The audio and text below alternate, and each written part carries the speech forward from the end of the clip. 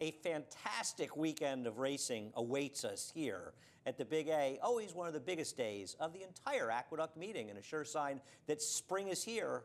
It's Wood Memorial Day at Aqueduct, and the best way to play all that great action at the Wood Memorial card and all the racing is to play it through NYRABets. Head over to NYRABets if you're not a member. Bet 200, get 200. New member bonus, the promo code is SPRING19, and certainly spring has sprung back on the grass here at Aqueduct as well. The Wood Memorial, there it is, the late pick 5. There's 4 stakes and a sensational 11th race to finish it off. The last 5 races at all the NYRA tracks every single day. Details at NYRABets.com. And remember, the only way to play the NYRABets late pick 5, if you are not in New York State, is to play it through NYRABets. So head on over to NYRABets.com, sign up, get involved. 4 stakes and an excellent allowance race, the Excelsior. A grade 3 kicks off the action. Discreet Lover, we'll take a look at him winning the prestigious Jockey Club Gold Cup last year, beating, among others, Thunder Snow, who just won his 2nd Dubai World Cup. Mendelssohn was in that race. The Mighty Diversify as well. Well, I don't think you're going to get 45 to 1 on Discreet Lover. Discreet Lover actually won this race last year at just under 8 to 1. You'll be looking at a much shorter price, and he is absolutely the horse to beat. Having said that, he hasn't run in over 5 months, I should say now. The last time he ran was the Breeders' Cup Classic. He didn't even run that badly, finishing 8th, beaten just over 7 lengths. A very talented horse, needs the horse to beat in here. We'll see how much pace he gets. There figures to be a little bit of pace in this race. Horses like Hit It Once More, Tour de Force, but also Life's a Parlay on the outside. Life's a Parlay, I'll try to get more distance to do to get tougher horses. A lot of people use him. I will not. I will definitely use Discreet Lover as a main horse here. I like the one Nicodemus, though. I love when Linda Rice gets the horse going the right way, and he ran very well to win a sloppy track last time at 7 furlongs, moving on the inside, which was not the best place to be that day. Thought it was a good performance by him. He's run some fast figures. He's also been credible going long. He's lightly raced. He's talented, and I think he takes a step forward and can win the Excelsior. My A's will be Nicodemus and the 6, Discreet Lover. I could also use the 3, Monongahela. Goes out for Jason Service, excuse me. 2nd time for Jason. He ran fine in the John Campbell, and he has a chance if he takes a little step forward to win this. 1-6-3 in the first leg, the Excelsior. Second leg is the Gazelle. These are 3-year-old fillies, and they're trying to stamp their ticket towards the Kentucky Oaks. We'll take a look at the New York-bred local horse, and that's Espresso Shot. She won the Busher last time, and she has been absolutely terrific. In her 4 dirt starts, she has 3 wins and 1 second, and she's been really good recently. Now, the question is whether or not she's going to be as effective going a mile and 1/8. It's also worth noting the horse is getting sawed off behind her. The number 3 horse would have won this race had she gotten a clean trip, and Espresso Shot would have finished 2nd. Her figures are okay. They're consistently higher than pretty much everybody runs here, at least on a consistent basis, but she's got to get the mile and 1/8. I'll use her, but this is a race I want to keep an open mind, and this is one where I'm going to spread. Positive Spirit. Positive Spirit is probably the horse to beat. She's also potentially controlling speed, and Jose Ortiz would be wise to center the front. We look at her in her Demoiselle, and this is 2 starts back. Let's make it simple. If she runs the Demoiselle, they're all running for 2nd. But what happened to her last time? In her first start, 2.5 months after the Demoiselle, she ran the Rachel Alexander. She was absolutely horrendous. I mean, they're all left in the wake of Serengeti Empress, but she was virtually eased. And this is a filly that's run 5 times. 4 of them wouldn't really make her contentious here. One of them, the Demoiselle, the one you're looking at now, would make her the winner. She's going to be the favorite. Do I really need a short price in this one? I'm using her. I'm using Off Topic and Espresso Shot as well, but I'm actually going to take a small shot on top in the Demoiselle with the Peter Miller shipper, Proud Emma. It seems when Peter Miller has shipped to New York, he has done so with a purpose. And obviously, she's going to have to run her very best race. Her fastest figure of 77 makes her a player, but that was on a sloppy track, and that was going 7 furlongs. So she has to stretch, and she has to do it on a dry track. We'll see. I think she's worth a shot at a price. I'm going to use 2, 3, 4, 6 here. If always shopping, the number 5 wins, a horse who rode a gold rail to a superior trip to win last time against inferior horses. If she wins, I am going to lose in the Gazelle. I'm willing to take that chance in the NYRABets. Late pick 5, race number 9, the Grade 1 Carter.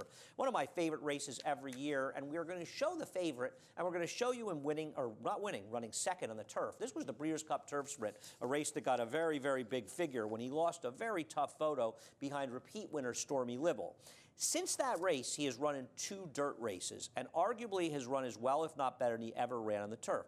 He ran on the sloppy sealed track in both races, but I'll get to that in a second.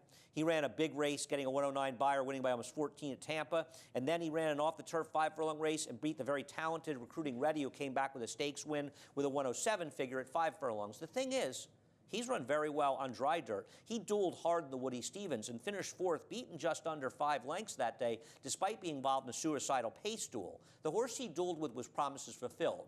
While World of Trouble was going to the turf, Promises Fulfilled was staying on the dirt. What did he do? He won the Amsterdam at Saratoga. He won the Grade 1 Allen Jerkins, and he did something that no other 3-year-old colt did in the country last year. He beat older horses when he won the Phoenix in their graded stake at Keeneland in the fall.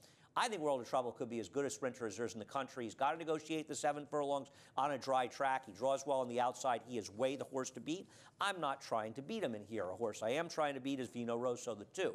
We did see him come back with a win in the Stymie last time, and what I liked about his win last time was he showed much more speed than he ever showed in the past. Now, he also did it in a race that didn't feature that strong a pace, but they were moving to the half. I don't want to knock him. And he was able to gamely turn back Title Ready, who looked to have him beaten early. Make no mistake, though, Title Ready, he's a nice horse. He's nowhere near as good as a horse like World of Trouble, and I think Vino Rosso would have to improve significantly to annex the Grade 1 Carter, and I think he's a good horse to play against.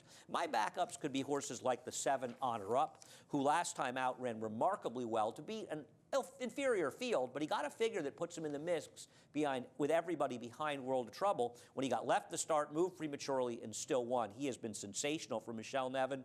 Skylar Scramjet, also for Michelle Nevin, and Identity Politics would be C's for me, but I am A, World of Trouble, B, Honor Up, and then a couple of C's. In the Grade 1 Carter, one of my favorite races we run in New York every single year. Another favorite of mine is the Wood Memorial, presented by NyraBets. This Wood Memorial came up a very interesting and strong running of the race with many contenders, and they're going the 1 1/8. Now, a horse who's probably going to be favored is the number 2 Tacitus, and Tacitus will be on my tickets. So will the horse that you're taking a look at finishing second to him in the Tampa Bay Derby, and that's the number 10 Outshine.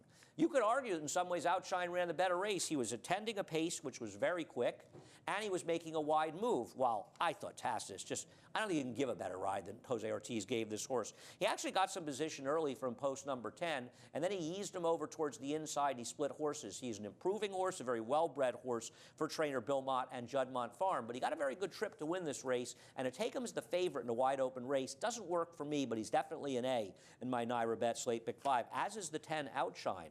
Now, let's talk about other horses. Let's talk about the number 4 Heichel and show his win the Gotham.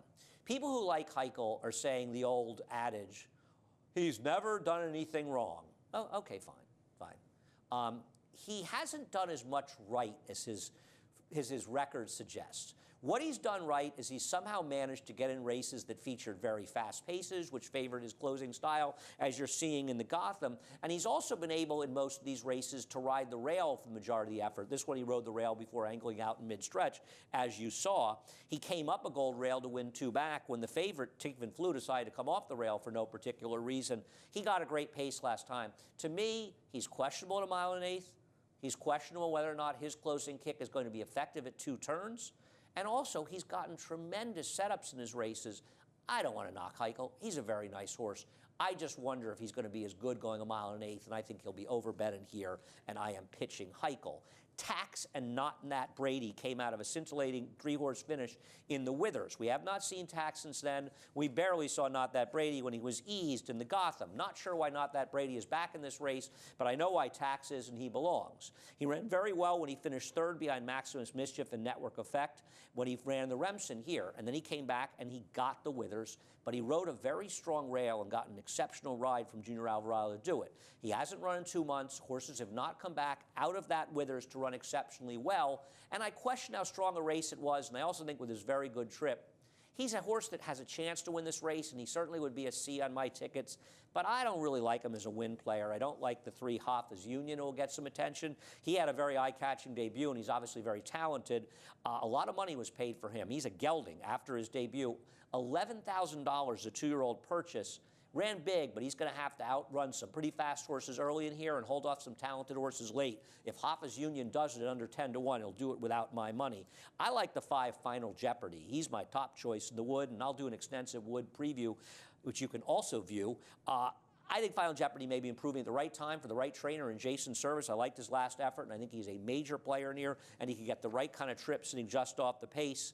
Of the others, I think the 6 over delivers not impossible. Outshine as well. My A's in here are the 2 Tacitus, the 5 Final Jeopardy, and maybe the 10 Outshine. B is the 6 over deliver, and then 1 tax, a B or a C. Want to use a few. It's a wide open, Wildwood Memorial. We close it out with an absolutely wide open race as well in race number 11.